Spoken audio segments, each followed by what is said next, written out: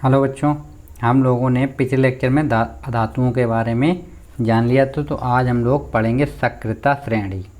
तो इसको आप लोग इम्पोर्टेंट कर लीजिए। ये इस बार एग्ज़ाम में आने के इसके पूरे चांस हैं, ये एग्ज़ाम में आ सकती है इस बार। तो इसको आप लोग मोस्ट इम्पोर्टेंट करके लगा लीजिए। तो हम लोग इसको स्टार्ट करें उससे पहले अगर आप चैनल पर पहली बार आए हैं तो चैनल को सब्सक्राइब कर लें और बेल आइकन को प्रेस कर लें। तो चलिए हम लोग देखते हैं सक्रियता श्रेणी। तो सक्रियता श्रेणी क्या होती है?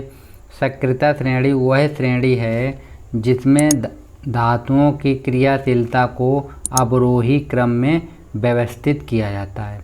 किसमें व्यवस्थित किया? अवरोही क्रम में। तो अवरोही क्रम में जब धातुओं को लिखा जाता है तो हम उसको बोलते हैं सक्रियता श्रेणी। चलिए हम आपको दिखाते हैं कैसे लिखी जाती हैं। तो ये मेरे पास यहाँ पे ये सक्रियता श्रेणी है। तो ये हम लोगों ने कुछ इस तरीके से लिखा है। सबसे पहले पोटेशियम, के को पोटेशियम बोलते हैं, ये हम लोगों ने लिख रखा है। इससे ऊपर साइड पे क्या होगा? ऊपर सबसे अधिक अभिक्रियाशील धातुएं हैं और उसके नीचे अगर एरो के हम जाएंगे ऐसे नीचे जितनी हम चलते जाएंगे इस तरीके से तो ये कम क्रियाशील धातुएँ होंगी। तो इनका ये जो घटता हुआ क्रम है तो ये कहते हैं घटती हुई रासायनिक अभिक्रियाशीलता। मतलब जितना हम नीचे चलेंगे उतनी ही इनकी क्या होगी?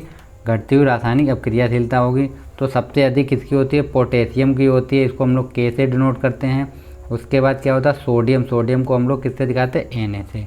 और उसके बाद कैल्शियम, फिर magnesium, aluminium, zinc, iron, tin और लेड। और ये आता है हाइड्रोजन। हाइड्रोजन को हमने इसलिए दिखाया क्योंकि ये बीच में होता है, एक तरीके से ये उदासीन टाइप का होता है।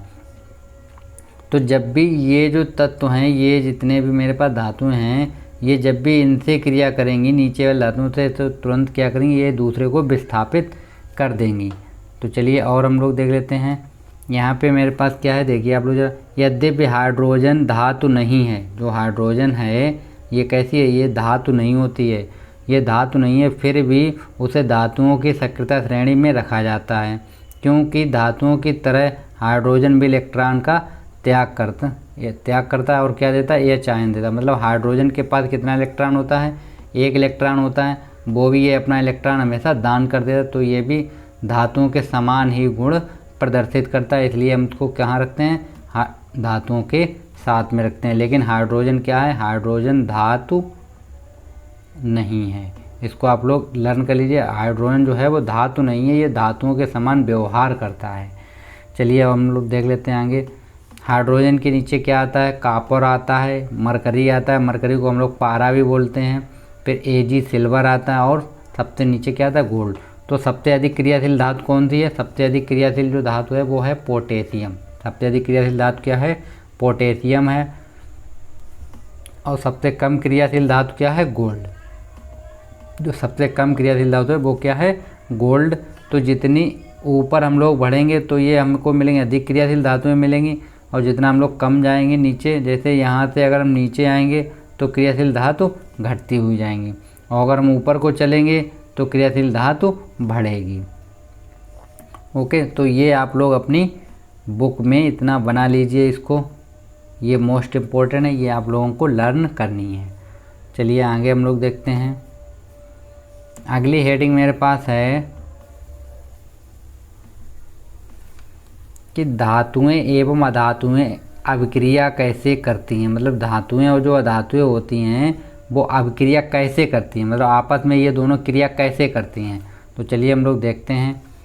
तो जब धातुएं अधातुओं के साथ अभिक्रिया करती हैं तो वे आयनिक यौगिकों में बनती हैं। कैसे बनती हैं? आयनिक यौगिकों में बनती हैं जिनमें आयनिक बंध होते हैं।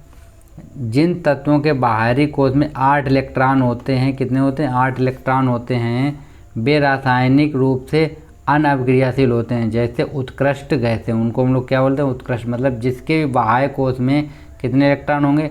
8 इलेक्ट्रॉन होंगे, तो वो कैसा होगी? उत्कृष्ट गैस होगी। ओके, तो वो क्या होगी? उत्कृष्ट गैस होगी। चलिए हम आपको दिखाते हैं। किसी भी तत्व के बाहरी कोश में 8 इलेक्ट्रॉन परमाणु को स्थायित्व प्रदान करते हैं, जैसे नियोन है, आर्गन है, क्रिप्टन है आदि। परंतु बाहरी कोश में 2 इलेक्ट्रॉन भी स्थायित्व प्रदान करते हैं, लेकिन तभी जब उससे बाहरी कोश क्या हो? K हो और परमाणु में कोई अन्य उपस्थित ना हो। तो ऐसे इसका मतलब ये, तो पहले हमारा जब इलेक्ट्रॉन में तो हम पहले 2 लिखते हैं, फिर 8 लिखते हैं, फिर 8 लिखते हैं, ऐसे लिखते हैं ना हम लोग। तो अगर 2 इलेक्ट्रॉन भी किसी के बाह्य कोश में हैं, इस तरीके से होते हैं ऑर्बिटल कक्षक इस तरीके से, तो पहले वाले जो कोश होता है इसमें क्या होता है, इसमें 2 इलेक्ट्रॉन होते हैं और इस वाले में 6 इलेक्ट्रॉन होते हैं। तो ये होता है एस कक्षक, ये होता है पी कक्षक, ये होता है डी कक्षक, इसके बाहर एक होता है एफ कक्षक होता है। चलिए और हम लोग देख लेते हैं। अगली हेडिंग है मेरे पास धनायनों व कैटायनों का बनना, मतलब धनायन कैसे बनते हैं और कैटायन कैसे बनते हैं। तो चलिए हम लोग देखते हैं। जिन तत्वों के परमाणुओं के बाहरी कोश में 1, 2 या 3 इलेक्ट्रॉन होते हैं, वे उत्कृष्ट गैस या अक्रिय गैस विन्यास प्राप्त करने के लिए इन इलेक्ट्रॉनों को त्याग कर धनायन व कैटायन बनाते हैं। मतलब जो इलेक्ट्रॉन का त्याग कर देते हैं उनको क्या बनते हैं, धनायन बनते हैं, या उनको कैटायन बोलते हैं, चाहे आप धनायन बोलिए या कैटायन बोलिए। तो जैसे हम लोग देखते हैं सोडियम, सोडियम धनायन है, या हम लोग ऐसे लिखते हैं Na+ का बनना। तो देखिए ज़रा, सोडियम का परमाणु क्रमांक कितना होता है, Na का परमाणु क्रमांक जो होता है वो कितना होता है, 11 होता है।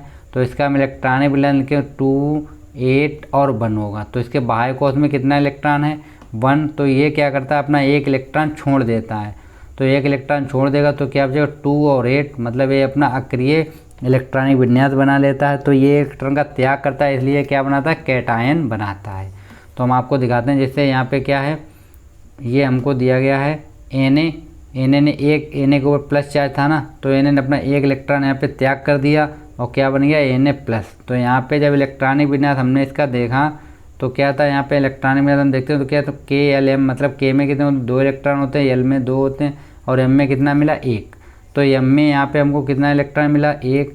तो अभी ये कैसा अस्थायी इलेक्ट्रॉनिक विन्यास है, कैसा है, अस्थायी इलेक्ट्रॉनिक विन्यास है। तो इसको स्थायी इलेक्ट्रॉनिक विन्यास अगर प्राप्त करना है तो ये M का जो इलेक्ट्रॉन है इसको छोड़ना पड़ेगा।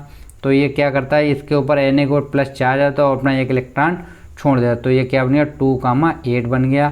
तो इसको हम लोग क्या बोलेंगे, नियॉन गैस विन्यास। ये हो गया अब स्थायी, कैसा इलेक्ट्रॉन हो गया ये, अब ये स्थायी विन्यास ने प्राप्त कर लिया।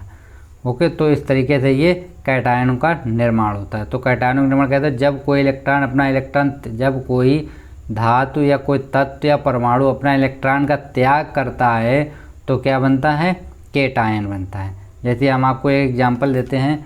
मान लीजिए जब देखिए ये HCl हैं, HCl की जब भी हम लोग क्रिया कराते हैं तो H जो होता है प्लस पे टूटता है और Cl जो होता है वो किस पे टूटता है, माइनस पे टूटता है। तो यहाँ पे हम लोग देख लेते हैं जो H होता है ना, H के पास कितना इलेक्ट्रॉन होता है, हमेशा 1। तो ये मेरे पास H है और इसके पास हमने जो इलेक्ट्रॉन है वो हम लोगों ने इस तरीके से दिखा दिया, ये इसका 1 इलेक्ट्रॉन है। ओके, सॉरी फ्रेंड्स, ये हमारे पास हाइड्रोजन है और ये इसका 1 इलेक्ट्रॉन हो गया। और हम लोग क्या करते हैं, ये मेरे पास Cl है और Cl के जो बाह्य कोश में, Cl जो होता है, Cl के जो बाह्य कोश में कितने इलेक्ट्रॉन होते हैं, C के बाह्य कोश में होते हैं 7 इलेक्ट्रॉन। तो हमने ये इसके 7 इलेक्ट्रॉन दिखा दिए, कितने हो गए, 5, 6 और 7। तो अब ये क्या करता है, देखो जब ये इसके साथ क्रिया करता है, जुड़ना चाहता है, तो ये क्या करता है, इस हाइड्रोजन का इलेक्ट्रॉन अपने तरफ मिला लेता है, ये क्लोरीन। और जब इलेक्ट्रॉन, ये हाइड्रोजन अपना इसे दान कर देता है तो हाइड्रोजन के ऊपर आ जाता है प्लस चार्ज। हाइड्रोजन क्या बना देता है, ये कैटायन बना लेता है। और Cl के ऊपर कौन सा चार्ज, Cl हो जाता है माइनस, क्योंकि इसने इलेक्ट्रॉन एक ग्रहण किया है। तो हाइड्रोजन ने इलेक्ट्रॉन दिया था तो इसको हम लोग बोलते हैं दाता, और क्लोरीन ने 1 इलेक्ट्रॉन ग्रहण किया था तो इसको हम लोग बोलते हैं ग्राही। क्या बोलते हैं हम लोग इसको, ग्राही बोलते हैं। तो जिसने इलेक्ट्रॉन का त्याग किया उसको हम लोग बोलते हैं दाता, और जिसने इलेक्ट्रॉन को ग्रहण किया उसको हम बोलते हैं ग्राही। तो इस तरीके से ये Cl ने क्या बना लिया, Cl ने जो बनाया वो एनायन बनाया, और जो H आयन बना, जो H+ बना, इसने क्या बनाया, कैटायन बना। तो कैटायन कैसे बनते हैं, जब कोई इलेक्ट्रॉन का त्याग करता है, मतलब इलेक्ट्रॉन किसी दूसरे को दे देता है, दूसरे बंदे को, तो वो बनाता है कैटायन, और जो इलेक्ट्रॉन लेता है उसको वो बनाता है एनायन। चलिए हम लोग आगे देखते हैं। फिर अगली हेडिंग मेरे पास है ऋण आयनों एवं एनायनों का बनना। अभी हम लोगों ने क्या देखा, कैटायनों का बनना, अब एनायनों का बनना। तो एनायन कब बनते हैं, जब कोई इलेक्ट्रॉन ग्रहण करता है। तो देखिए, जिन तत्वों के परमाणुओं के सबसे बाहरी कोश में 5, 6 या 7 इलेक्ट्रॉन होते हैं, वे अक्रिय गैस इलेक्ट्रॉनिक विन्यास प्राप्त करने के लिए इलेक्ट्रॉन ग्रहण करते हैं। क्या करते हैं, इलेक्ट्रॉन ग्रहण करते हैं। अभी हमने बताया क्लोरीन ने इलेक्ट्रॉन दूसरे से ग्रहण किया था, ग्रहण करते हैं और ऋणायन एवं एनायन बनाते हैं। और क्या बनाते हैं, ये ऋणायन और एनायन। जैसे हम लोग देख लेते हैं, जैसे क्लोरीन ऋणायन या Cl आयन का बनना। तो हम लोग देखते हैं Cl का जो इलेक्ट्रॉनिक विन्यास होता है वो कैसा होता है, 2, 8, 7, मतलब पहले में 2 होते हैं, फिर 8 होते हैं, फिर 7 होते हैं। तो इसके बाह्य कोश में कितने इलेक्ट्रॉन है, 7 इलेक्ट्रॉन है। तो इसको 1 इलेक्ट्रॉन चाहिए अपना अष्टक पूरा करने के लिए, क्योंकि इसका जैसे ही अष्टक पूरा होगा तो ये कैसा हो जाएगा, स्थायी हो जाएगा। अभी इसका इलेक्ट्रॉनिक विन्यास कैसा है, अस्थायी है। तो इसे स्थायी प्राप्त अगर करना है तो ये क्या करता है, 1 इलेक्ट्रॉन ग्रहण कर लेता है। तो इसने +1 इलेक्ट्रॉन किया, तो इधर क्या बनेगा, Cl, और यहाँ पे इसके बाद क्या होगा, 288, मतलब इसने स्थायी इलेक्ट्रॉनिक विन्यास प्राप्त कर लिया। तो इसने 1 इलेक्ट्रॉन दूसरे से ग्रहण किया है, तो इसलिए ये क्या बनाया, ऋणायन बनाएगा। तो इसने ये क्या बनाया, ऋणायन बनाया। चलिए आगे हम लोग देखते हैं, जब धातु परमाणु अधातु परमाणु से अभिक्रिया करता है, जब कोई धातु परमाणु किससे क्रिया करता है, अधातु परमाणु से क्रिया करता है, तो धातु परमाणु से अधातु परमाणु को इलेक्ट्रॉनों का हस्तांतरण होता है और आयनिक बंध बनता है। जब मतलब कोई धातु परमाणु अधातु से क्रिया करता है तो क्या बनता है, उनके बीच जो इलेक्ट्रॉनों का हस्तांतरण होता है उससे क्या बनता है, एक आयनिक बंध बनता है। और वो क्या होता है, जैसे हम लोग सोडियम एक धातु है और जबकि क्लोरीन एक क्या है, अधातु है। मतलब क्लोरीन Na के ऊपर क्या होता है, प्लस चार्ज होता है, और इसके ऊपर Cl-, दोनों मिलके क्या बना देते हैं, NaCl। तो दोनों मिलके क्या बनाते हैं, ये NaCl बना देते हैं। जबकि क्लोरीन एक अधातु है, जब सोडियम और क्लोरीन से अभिक्रिया करता है तो सोडियम अपने सबसे बाहरी कोश के इलेक्ट्रॉन को क्लोरीन के परमाणु में हस्तांतरित करे। मतलब जो भी इसके बाह्य कोश में इलेक्ट्रॉन होता है इस तरीके से होता है। Na के ऊपर बाह्य कोश में 1 इलेक्ट्रॉन होता है, Cl के बाह्य कोश में 7 इलेक्ट्रॉन होते हैं। तो ये बाह्य कोश वाला जो इलेक्ट्रॉन है ये दोनों मिलके क्या करते हैं, मिलके एकदम से Cl को अपने में ज्वाइंट कर लेता है। तो क्या बन जाता है, NaCl बन जाता है। तो हम देखते हैं क्या है, जब सोडियम क्लोरीन से अभिक्रिया करता है तो सोडियम अपने सबसे बाहरी कोश के इलेक्ट्रॉन को क्लोरीन को हस्तांतरित करता है। इस प्रक्रिया में सोडियम धनायन व क्लोरीन क्या बनाता है, ऋणायन बनाता है। तो इस अभिक्रिया में जो क्लोरीन होता है वो ऋणायन बनाता है और जो सोडियम होता है वो क्या बनाता है, धनायन बनाता है। चलिए आगे हम लोग देखते हैं, अगली हेडिंग है मेरे पास आयनिक यौगिकों के गुणधर्म। आयनिक यौगिकों के गुणधर्म। तो आयनिक यौगिकों के गुणधर्म हम लोग देख लेते हैं, क्या क्या गुणधर्म है मेरे पास। तो आयनिक यौगिकों के जो गुणधर्म हैं, तो ये मेरे पास आयनिक क्या होता है, जो आयनिक यौगिकों में विपरीत आवेशित आयनों के मध्य प्रबल आयनिक बंध होता है। क्या होता है, आयनिक यौगिकों में विपरीत जो आवेशित आयनों के मध्य क्या होता है, विपरीत। जैसे एक धन है और एक ऋण है, तो इनके बीच आकर्षण कहते हैं, बहुत अधिक आकर्षण होता है। मतलब ये बहुत तेज़ी से अपनी तरफ खींचते हैं। तो क्या होता है, एक प्रबल आयनिक अबंध होता है। चलिए हम लोग देखते हैं नंबर 1, भौतिक प्रकृति कैसी होती है इनकी। ये प्रायः क्रिस्टलीय, ठोस व भंगुर प्रकृति के होते हैं। ये कैसे ठोस भी होते हैं और भंगुर प्रकृति के होते हैं। चलिए इसका 2 नंबर देखते हैं, गलनांक एवं क्वथनांक। इनका गलनांक व क्वथनांक कैसा होता है, उच्च होता है, क्योंकि विपरीत आवेशित आयनों के मध्य क्या होता है, प्रबल आकर्षण बल को तोड़ने के लिए अधिक ऊष्मा की आवश्यकता होती है। जैसे NaCl का गलनांक कितना होता है, 1074 केल्विन व क्वथनांक इसका कितना होता है, 1686 केल्विन होता है। तो ऐसा होता है ना, देखिए जैसे NaCl है और इनके बॉन्ड बीच में एक बॉन्ड है Cl, तो इसके ऊपर प्लस चार्ज का Cl, तो इनके बीच जो ये बॉन्ड है इस बॉन्ड को तोड़ने के लिए हमको बहुत अधिक ऊष्मा की आवश्यकता होती है। तो इस बॉन्ड को हम जब भी तोड़ेंगे तो बहुत अधिक ऊष्मा की आवश्यकता होती है। चलिए आगे हम लोग देख लेते हैं, नंबर 3 है मेरे पास घुलनशीलता। तो घुलनशीलता के आयनिक यौगिक जल में विलय किंतु कार्बनिक विलायकों जैसे बेंजीन, केरोसिन, पेट्रोल, अल्कोहल आदि में अविलय होते हैं। मतलब ये जो बेंजीन है, केरोसिन है, पेट्रोल है और अल्कोहल में ये नहीं घुलते हैं। चलिए आगे देखते हैं नंबर 4, वैद्युत चालकता। तो वैद्युत चालकता क्या है? आयनिक यौगिक ठोस रूप में विद्युत का चालन नहीं करते। अगर ये ठोस हैं तो विद्युत का चालन नहीं करते, क्योंकि ठोस रूप में आयन प्रबल आकर्षण बल के कारण गति नहीं कर पाते। मतलब इनके अंदर जब ठोस होते हैं तो ये प्रबल आकर्षण बल होता है इनके अंदर, तो ये इसके कारण क्या करते हैं? गति नहीं कर पाते हैं। किंतु जल में घुलकर या गलित अवस्था में आयनिक यौगिक विद्युत का चालन करते हैं। लेकिन जब ये गलित या द्रव अवस्था में होते हैं तो क्या करते हैं? विद्युत का चालन करते हैं। ऐसा इसलिए क्योंकि विलयन रूप में गलित रूप में क्रिस्टल संरचना के टूट जाने से आयन स्वतंत्र रूप से गति करना। जैसे ये जब इनका विलयन बन जाता है तो ये क्या करते हैं? ये आपस में गति करने लगते हैं, और जब ये गति करते हैं तो क्या होता है? ये जो लाइट होती है, विद्युत मेरी होती है, वो उसका चालन हो जाता है। चलिए आगे हम लोग देखते हैं। अगली हेडिंग मेरे पास है धातुओं की प्राप्ति। मतलब हम धातु कैसे प्राप्त करते हैं, तो इस हेडिंग को आप लोग इम्पोर्टेंट कर लीजिए।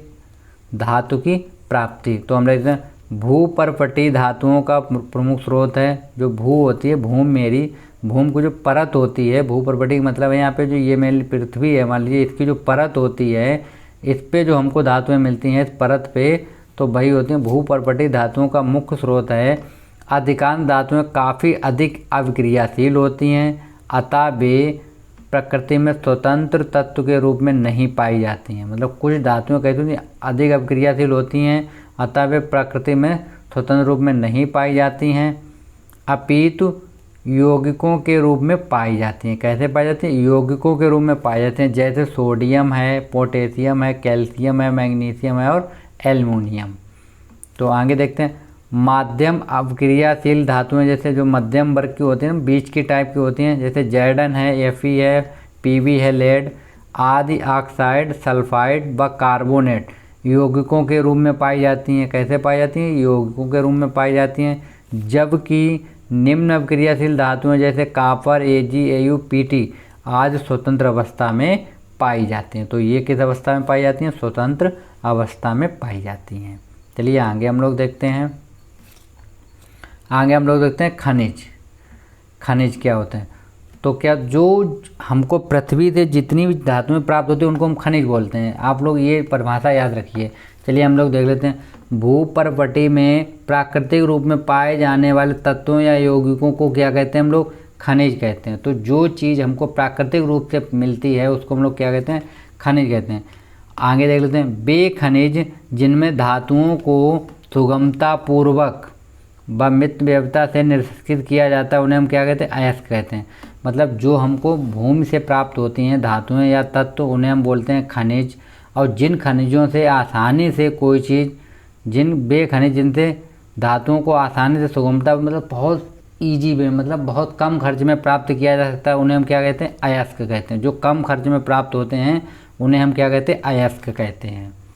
चलिए आगे देखते हैं धातुओं का निष्कर्षण। तो धातुओं का निष्कर्षण हम लोग कैसे करते हैं वो देख लेते हैं। तो धातु को उसके अयस्क से प्राप्त करना क्या कहलाता है? धातु निष्कर्ष कहलाता है।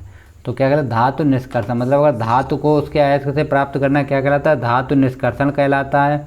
धातु के निष्कर्षण के मुख्य चरण होते हैं। इसके कुछ चरण होते हैं, तो हम वो चरण देख लेते हैं नंबर वाइज। नंबर क्या क्या होते हैं? तो नंबर 1 होता है मेरे पास अयस्क का समृद्धिकरण। अयस्क का समृद्धिकरण, इसमें क्या होता है? देखो, अयस्क में उपस्थित अवांछित अशुद्धियाँ जैसे बालू, मिट्टी के कण, चूना पत्थर आदि अशुद्धियाँ अधात्री या गैंग कहलाती हैं। क्या कहलाती है? गैंग। क्या कहलाती है? गैंग कहलाती हैं। तो गैंग आप लोग समझ लो, जो धातु के अंदर जो भी मिट्टी बालू के कण होते हैं उनको हम लोग क्या कहते हैं? गैंग कहते हैं।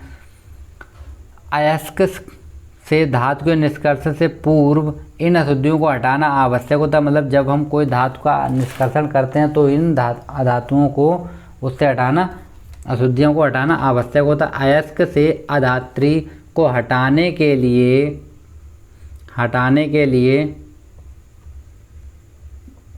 किए जाने वाला प्रक्रम क्या कहलाता है? अयस्क का समृद्धिकरण कहलाता है। मतलब इसको जो अशुद्धियों को हटाने का जो प्रक्रम होता है उसको हम लोग क्या कहते हैं? अयस्क का समृद्धिकरण। चलिए आगे देखते हैं। नंबर 2 क्या है हेडिंग मेरे पास? नंबर 2 है सांद्रित अयस्क का धातु में परिवर्तन। तो जो सांद्रित अयस्क होता है उसका किस में परिवर्तन? धातु में।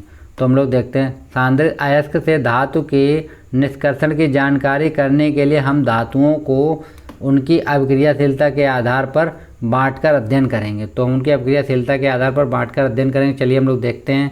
तो नंबर ए है मेरे पास, आ हेडिंग है सक्रियता श्रेणी में नीचे आने वाले धातुओं का निष्कर्षण।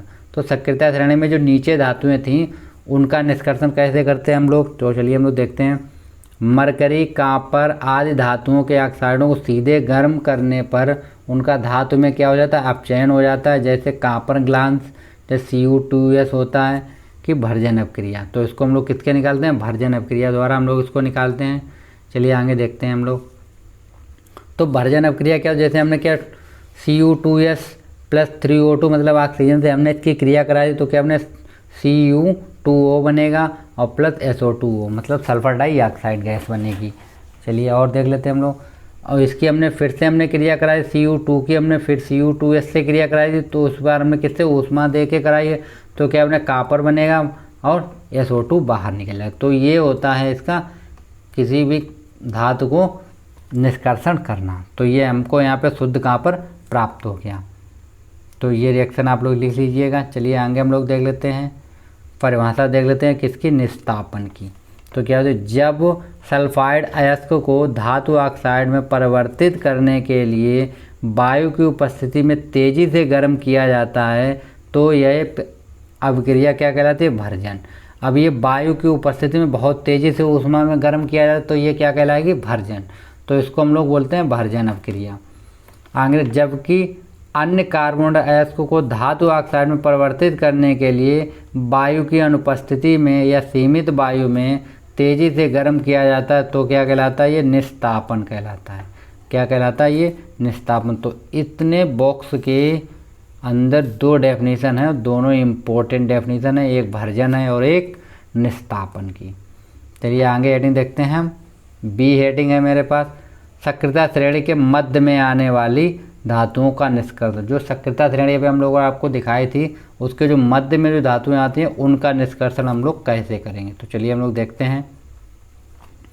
सक्रियता श्रेणी के मध्य में आने वाली धातुएं जैसे जिंक थी, आयरन थी, टिन, लेड के सल्फाइड व कार्बोनेट अयस्कों को पहले धातु ऑक्साइड में परिवर्तित करना। पहले किस में हम लोग चेंज करते हैं? धातु ऑक्साइड में।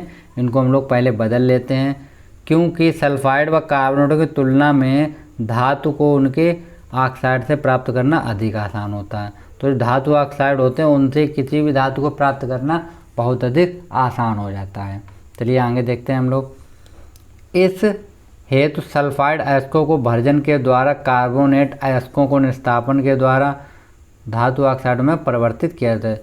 जो सल्फाइड अयस्क होते हैं उनको हम भर्जन द्वारा कर लेते हैं और जो कार्बोनेट अयस्क होते हैं उसको हम निस्तापन द्वारा करते हैं। तो चलिए हम लोग देखते हैं यहाँ पे।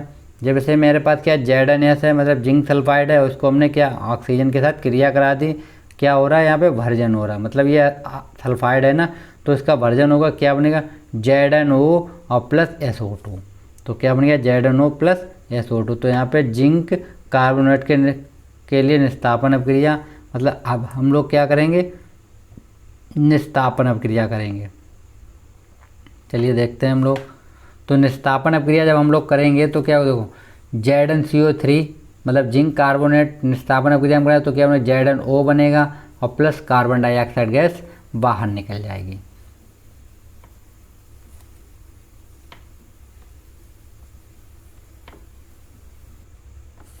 ठीक है। आगे हम लोग क्या देखते हैं? देखिए धातु ऑक्साइड का धातु में अपचयन। मतलब जो धातु ऑक्साइड है उसका धातु में अपचयन हम लोग देख लेते हैं। तो क्या होता है? देखो भर्जन व निस्तापन अपक्रिया द्वारा प्राप्त धातु ऑक्साइड को अब धातु में अपचयित किया जाता है। किस में अपचयित किया जाता है? धातु में अपचयित किया जाता है।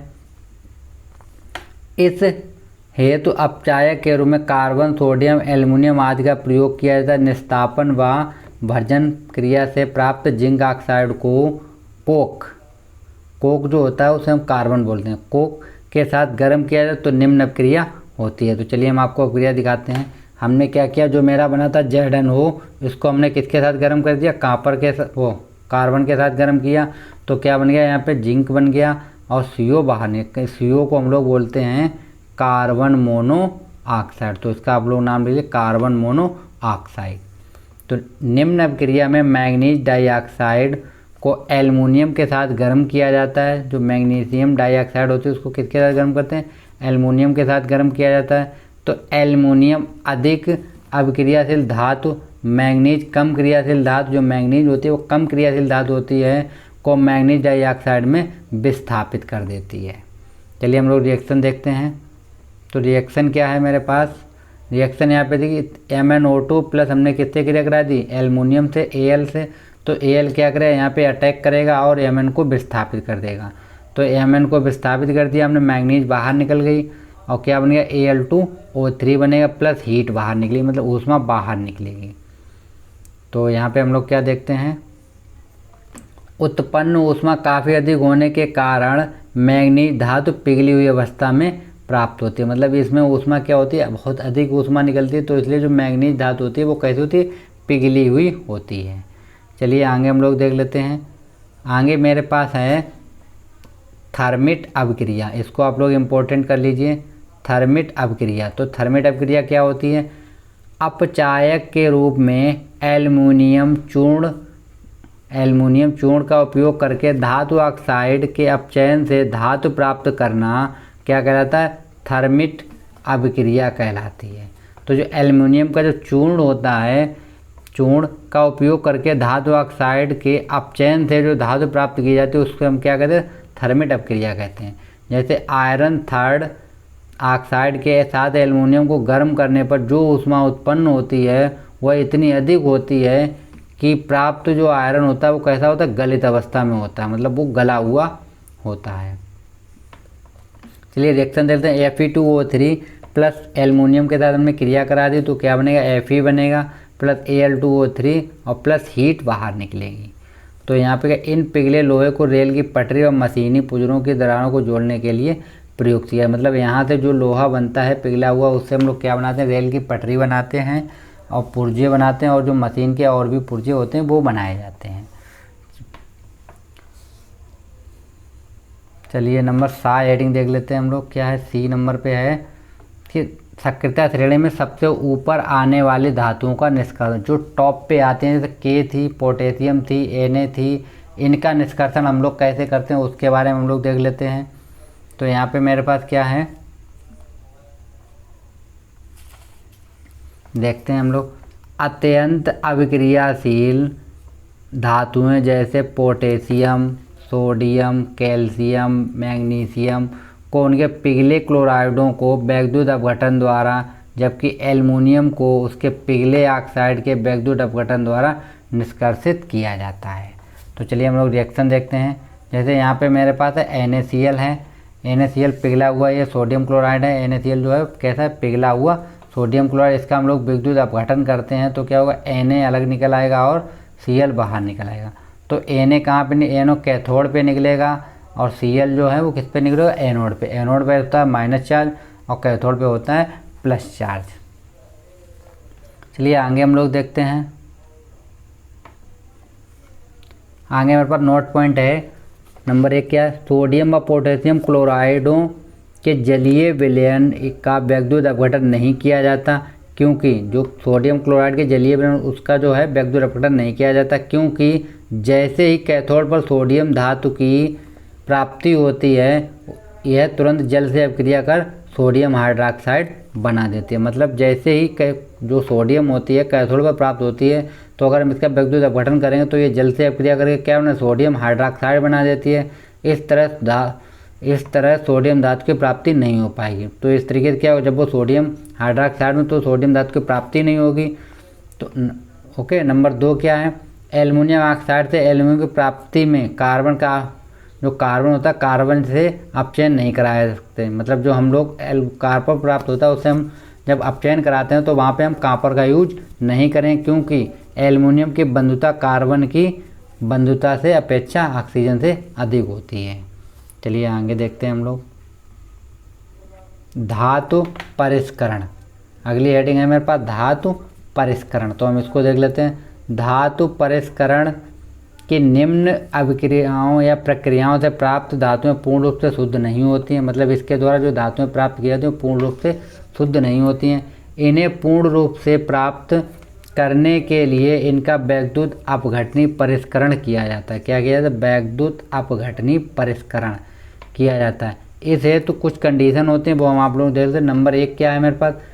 अशुद्ध धातु के एक मोटे गुटके को एनोड बनाया जाता है। मतलब जो अशुद्ध धातु होती है उसको एक मोटे से गुटके में क्या बना, एनोड बनाया जाता है। इसे बैटरी के धनात्मक सिरे से जोड़ते हैं। किससे जोड़ते हैं? बैटरी के धनात्मक सिरे से जोड़ देते हैं। बी नंबर है शुद्ध धातु की एक पतली पत्ती को कैथोड बनाया जाता है। मतलब जो शुद्ध धातु होती है उसको हम लोग एक पत्ती लेते हैं, उसको हम क्या बनाते हैं? कैथोड में। इसे बैटरी के ऋणात्मक सिरे से जोड़ देते हैं। किससे जोड़ते हैं हम लोग? ऋणात्मक सिरे से जोड़ते हैं बैटरी के। 7 नंबर हेडिंग परिष्कृत किए जाने वाले धातु के लवण के जलीय विलयन को वैद्युत अपघट्ट के रूप में प्राप्त किया जाता है।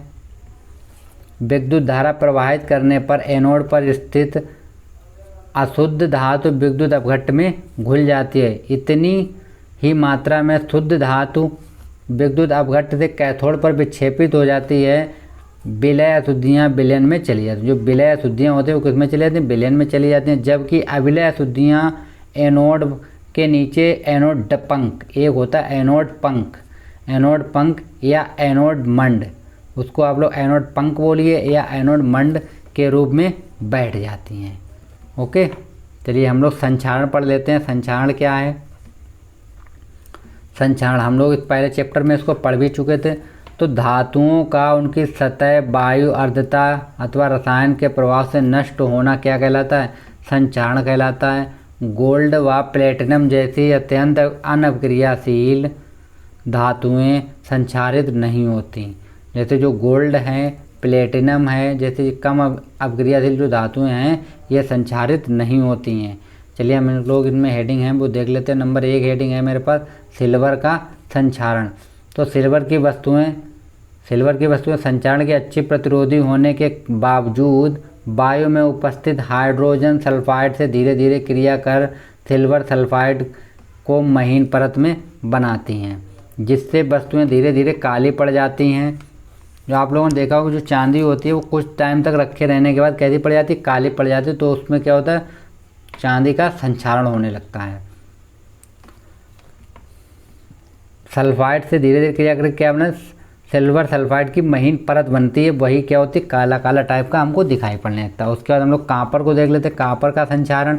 तो कापर का संक्षारण क्या? जब कापर की वस्तु काफ़ी समय तक नम वायु में रहती है तो कापर वायु के कार्बन डाइऑक्साइड और जल के साथ क्रिया करके वायु की सतह पर क्षारीय कापर कार्बोनेट की हरी परत जमा, मतलब आपने देखा कापर के ऊपर हरी परत जैसी जम जाती है, तो वो भी एक होता है संक्षारण का उदाहरण है। कापर वस्तु की सतह पर हरी परत का बनना उसका क्या कहलाता है? संक्षारण कहलाता है। साइट्रिक अम्ल आप लोगों ने देखा हो नींबू में होता है। ये साइट्रिक अम्ल किस में होता है? नींबू में होता है। टार्टरिक अम्ल किस में होता है? इमली में होता है। एसिटिक अम्ल सिरका होता है। जैसे तनु अम्ल विलयन के साथ साफ करने पर क्षारीय कापर कार्बोनेट की यह परत उदासीन होकर तनु अम्ल में विलय होकर साफ हो जाती है और कापर अपने वास्तविक रंग में दिखाई देने लगता है। अगर हम इसको किसी क्षार या अम्ल के द्वारा हम इसको साफ कर देते हैं तो ये बिल्कुल अपने पुराने रूप में आ जाती है और एकदम से चमकने लगती है। चलिए आगे हम लोग देख लेते हैं। सा हेडिंग है मेरे पास लोहे का संक्षारण। मतलब लोहे का भी संक्षारण होता है। तो जब किसी लोहे की वस्तु में काफ़ी समय तक रखी थी तो खुला वायु में रख देते हैं हम लोग, तो क्या होता है? छोड़ तब वह जंग लग जाती है। जैसे आप लोगों ने देखा होगा लोहे में क्या लग जाती है? जंग लगती है। तो जंग लगती है तो जंग कहते हैं नामक लाल भूरे पपड़ीदार पदार्थ से ढक जाती है। यह लोहे का क्या होता है? लोहे का जंग लगना कहलाता है। जंग जल योजित आयरन से थर्ड ऑक्साइड Fe2O3X H2O होता है। मतलब जो लोहे पे जंग लग जाते हैं उसका फार्मूला ये होता है। ये किसका फार्मूला? जंग का फार्मूला होता है। तो लोहे में जंग लगने के लिए वायु व नमी दोनों उपस्थिति आवश्यक होती है। मतलब अगर लोहे में जंग लगनी है तो क्या वायु और नमी दोनों आवश्यक होती हैं। प्रदर्शित करने के लिए जंग लगने के लिए नमी और वायु दोनों की उपस्थिति जो है वो जरूरी होती है। यदि हम 3 परख नली लें और तीनों में एक एक करके लोहे की कील डाल दें, अगर हम 3 परख नली लें और तीनों में क्या डाल दें, एक एक लोहे की कील डाल दें, तो हम लोग क्या देखते हैं, देखो अब पहली परख नली में बिना उबला जल डालकर कील को 2/3 जल में डुबा देते हैं। मतलब उसमें हम क्या करते हैं, परख नली में उबला हुआ जल डाल देते हैं और कील जो होती है 2/3 तक डुबा देते हैं। जैसे जैसे कील व वायु दोनों जल के संपर्क में आती हैं तो कील को वायु व नमी दोनों मिल जाते हैं। जब कील को जैसे ही वायु और नमी दोनों मिल जाती हैं, चलिए आगे हम लोग देखते हैं दूसरी परख नली में। हम देखते हैं दूसरी परख में उबला हुआ आसुत जल मतलब अशुद्ध जल व उसके ऊपर तेल की एक परत छोड़ देते हैं। उबला जल वायु मुक्त होता है व तेल की परत उससे बाहरी वायु को मिश्रित होने से रोकती है। कील को सिर्फ नमी मिल सकती है, तो वहाँ पे क्या होगा, कील को केवल नमी मिलेगी, बाहर की जो वायु होगी वो उसे नहीं मिल पाती है। तीसरी में हम लोग क्या देखते हैं, तीसरी परख में निर्जल कैल्शियम क्लोराइड डालते हैं हम लोग, जो परख नली में उपस्थित वायु की नमी सोख कर वायु को शुष्क बना देती है और कील को सिर्फ क्या मिलती है, वायु मिलती है। अगर हम लोग कैल्शियम डाल देंगे, कैल्शियम क्लोराइड डालेंगे तो क्या होगा, वायु को ये बिल्कुल द्रव अवस्था में नहीं आएगी और केवल हमको क्या मिलेगी, वायु मिलेगी। तो तीनों परख नलियों को 1 सप्ताह के लिए छोड़ देते हैं। पर अगर हम तीनों परख नलियों को क्या 1 सप्ताह के लिए हम लोग छोड़ देते हैं तो केवल हमारे परख नली में उपस्थित कील पर ही जंग दिखाई देती है व अन्य दोनों सतह पर नहीं। तो क्योंकि केवल इस कील को नमी वायु दोनों मिले, तो किसको नमी और वायु दोनों मिल रही थी, तो जो हमारे पास पहली परख नली थी उसको ही दोनों चीज़ें मिल रही थी, बाकी किसी को एक इसको मिल रही थी वायु और इसको मिल रही थी नमी, लेकिन इसको दोनों चीज़ें नहीं मिल रही। तो ये जो 2 नंबर वाले परख नली और 3 नंबर वाले परख नली थी उसमें किसी में भी जंग नहीं लगेगी। चलिए हम इसके उपाय देख लेते हैं। लोहे के संचारण से सुरक्षा, तो सुरक्षा हम लोग कहते करें पेंट करके, तेल या ग्रीज लगाकर, यस दलेपन या गैल्वनीकरण द्वारा या क्रीमियम लेपन द्वारा या मिश्र धातु बनाकर लोहे को संचारण से बचाए। या तो हम उस पर ग्रीस कर दें या पेंट कर दें या कुछ भी हम लोग तेल लगा करके उसको हम बचा सकते हैं। तो हम लोग देख लें यसद लेपन क्या होता है उसको हम लोग देखते हैं। लोहे की वस्तुओं के ऊपर जिंक धातु की पतली परत चढ़ाने की क्रिया क्या कहलाती है, यसद लेपन या गैल्वनीकरण कहलाती है। लोहे की वस्तु पर जिंक की परत उसे जंग लगने से बचाती है। छत बनाने की चादरों व जल पूर्ति के पाइपों का गैल्वनीकरण किया जाता है, जिससे हम लोग छत बनाते हैं, छत वाली जो चादरें होती हैं वो, और जल की जो होती हैं आपूर्ति करने वाले पाइप जो होते हैं उनमें इसका गैल्वनीकरण किया जाता है। चलिए आगे हम लोग देख लेते हैं।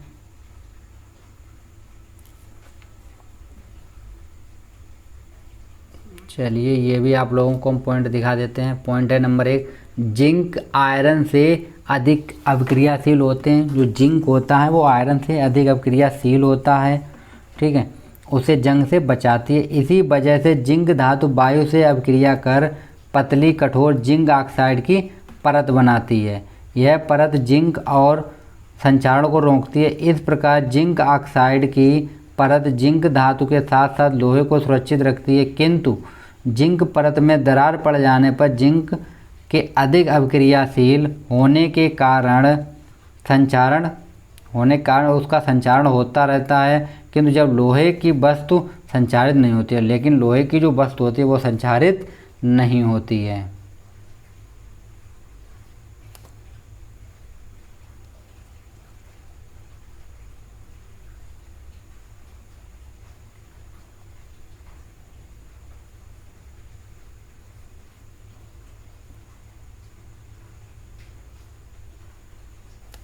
अगला पॉइंट है मेरे पास 2 नंबर पे, इस्पात के बने टिफ़िन, जो टिफ़िन होते हैं, टिफ़िन बॉक्सों को जंग से बचाने के लिए इन्हें अंदर व बाहर से टिन लेपित किया जाता है, क्योंकि टिन विषहीन होता है। जो टिन कैसी होती है, विषहीन होती है, इस कारण उनमें रखा भोजन दूषित नहीं होता।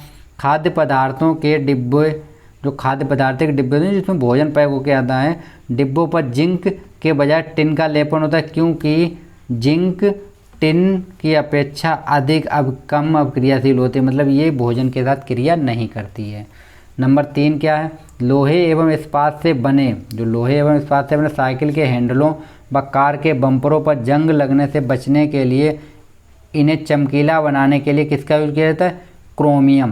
किसका यूज करते हैं हम लोग, क्रोमियम लेपित यूज किया जाता है। मतलब जो साइकिल के हैंडल आप लोग देखेंगे बहुत चमकते हैं, तो उस पर किसका यूज होता है, क्रोमियम का यूज होता है। चलिए आगे हम लोग देखते हैं। नंबर 4 है एनोडीकरण।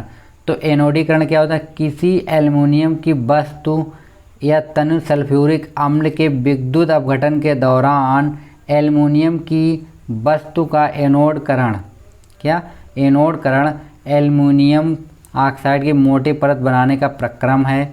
इस प्रक्रम में एल्युमिनियम में एनोड पर मुक्त होने वाली ऑक्सीजन गैस एल्युमिनियम से क्रिया कर क्या बना लेती है, एल्युमिनियम ऑक्साइड की परत बनाती है, जो एल्युमिनियम को संक्षारण से सुरक्षा देती है।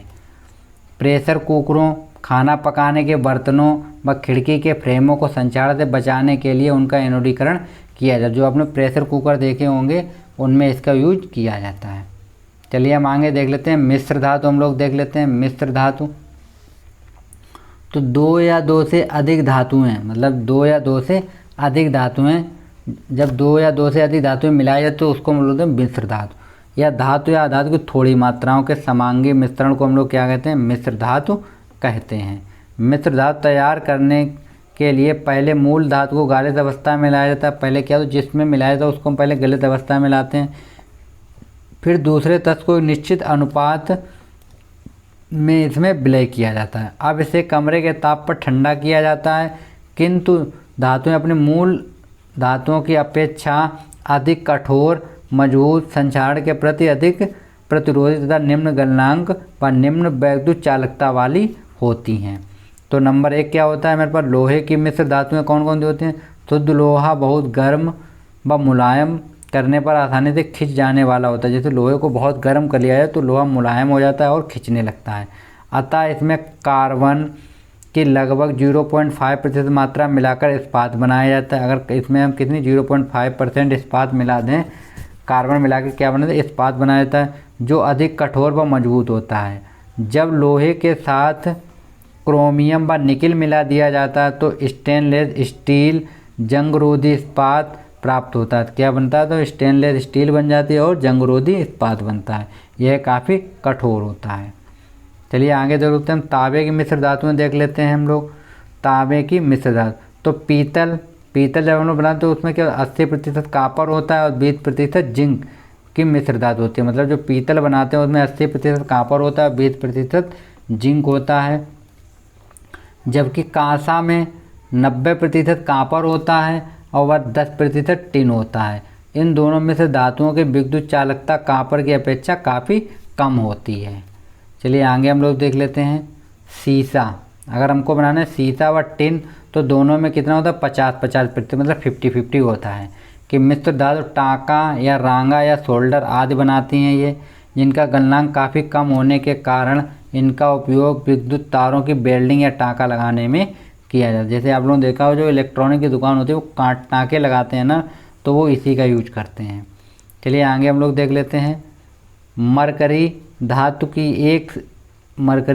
की एक या अधिक अन्य धातुओं के साथ मिश्र धातु को हम लोग क्या कहते हैं, अमलगम कहते हैं। क्या कहते हैं हम लोग, अमलगम। इसको आप लोग अंडरलाइन कर लें, अमलगम कहा जाता है। मरकरी, सिल्वर, टिन व जिंक से बने अमलगम दांतों से भरने के लिए दंत चिकित्सकों का उपयोग करते हैं। जैसे किसी लोगों के दांत टूट जाते हैं या कोई जो दांतों में दांत लोग सही कराते हैं तो उसमें डॉक्टर लोग होते हैं वो यही अमलगम का यूज करते हैं, यही उसमें भर देते हैं दांत में।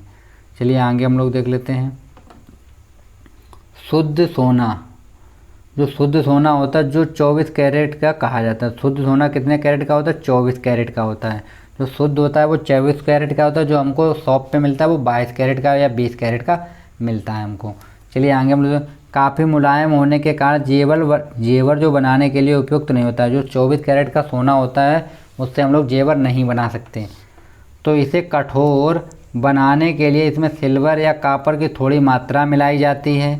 यदि 2 भाग सिल्वर या कॉपर को 22 भाग सोने के साथ मिश्रित किया जाए तो प्राप्त सोना कितना कहलाता है? 22 कैरेट का कहलाता है।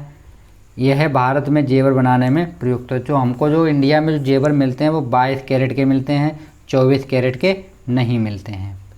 चलिए आगे हम लोग देख लेते हैं। नंबर 1 है कैरेट। कैरेट है सोने की शुद्धता मापने का मात्रक है। तो सोने की शुद्धता मापने का मात्रक क्या है? कैरेट। आगे देखते हैं हम लोग।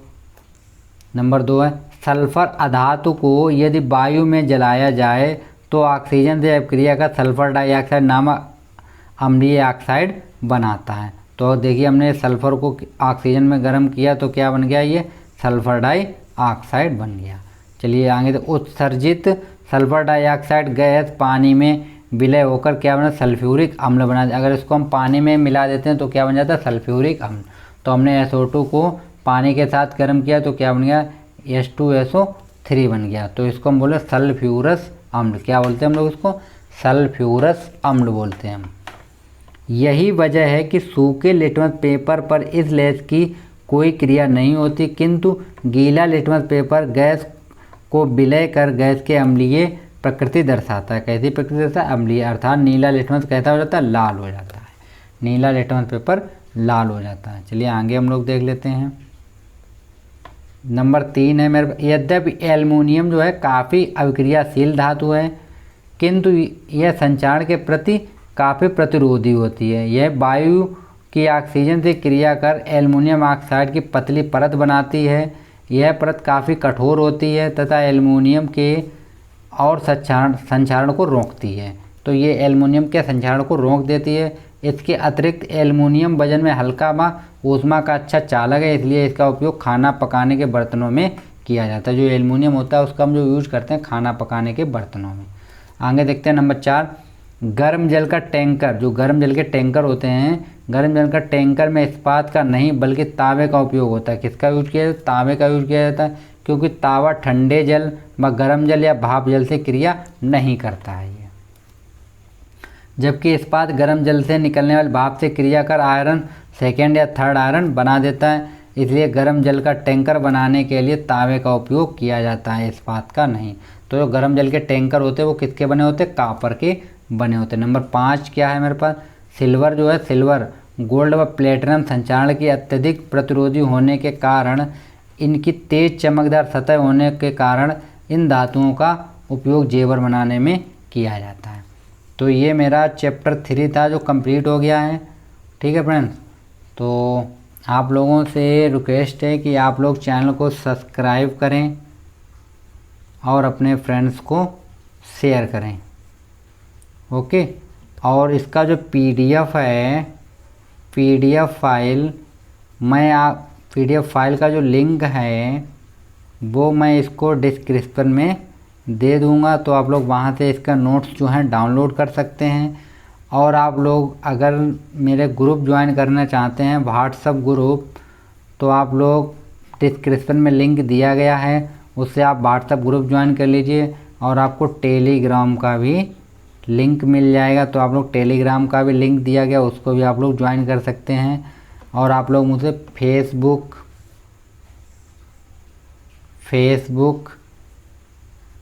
और ट्विटर पर भी आप लोग मुझे फॉलो कर सकते हैं। तो फ्रेंड्स, आप लोग चैनल को शेयर, सब्सक्राइब और ज़रूर करें। चलिए, और ये मेरे पास पूरे नोट्स बन गए थे, तो आप लोग इनको देख सकते हैं और आप लोग इसका PDF वहाँ से डाउनलोड कर सकते हैं। आपको ये PDF मिल जाएगा। ठीक है, तो आप लोग इसको डाउनलोड कर लें। तो ये चैप्टर कंप्लीट हो गया 3। नेक्स्ट चैप्टर हम लोग 4 स्टार्ट करेंगे। तो इसको आप लोग PDF अगर चाहिए तो आप लोग वहाँ से इसका PDF